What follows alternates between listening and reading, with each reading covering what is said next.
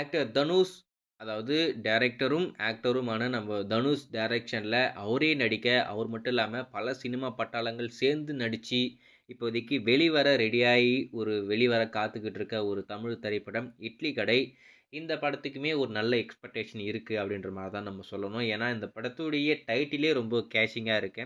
அது மட்டும் இல்லாமல் நம்ம தனுஷ் டைரக்ஷனில் ஏகப்பட்ட சினிமா பட்டாளங்கள்லாம் இந்த படத்தில் நடிச்சிருக்காங்க. ஸோ டெஃபினட்டாக இந்த படம் நல்லா இருக்கும் அப்படின்ற மாதிரி எதிர்பார்க்கப்படுது.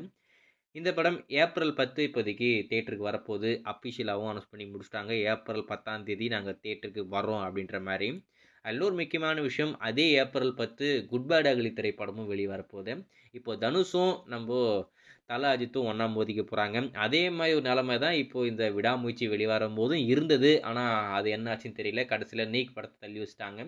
அதே மாதிரி மேபி இந்த படங்களும் தள்ளி போகிறதுக்கு நிறைய வாய்ப்பு இருக்குது அப்படின்ற மாதிரி தான் சொல்லிக்கிட்டு இருக்காங்க. அதில் இன்னொரு முக்கியமான விஷயம், இந்த இட்லி கடை படத்தோடைய படப்பிடிப்பு இன்னும் கொஞ்சம் பேலன்ஸ் இருக்காமல் அது இதுக்குள்ளே முடியாது, இந்த படம் இப்போ தள்ளி போகுது அப்படின்ற மாதிரி ஒரு அன்அஃபிஷியலான ஒரு தகவல் வந்திருக்கு. இட்லி கடை திரைப்படம் ஏப்ரல் 10 இல்லை, அந்த படத்தை இன்னும் ஒரு நல்ல டேட்டுக்கு தள்ளி வைக்கிறாங்க அப்படின்ற மாதிரி.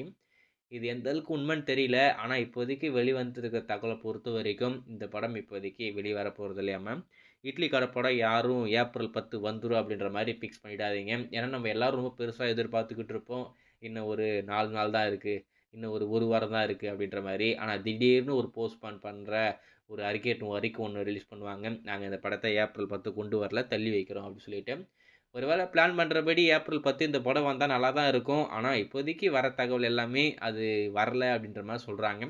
ஆனால் இன்னும் எதுவுமே அஃபிஷியலாக கன்ஃபார்ம் ஆகலை. இது எல்லாமே அன்அஃபிஷியலான தகவல் தான்.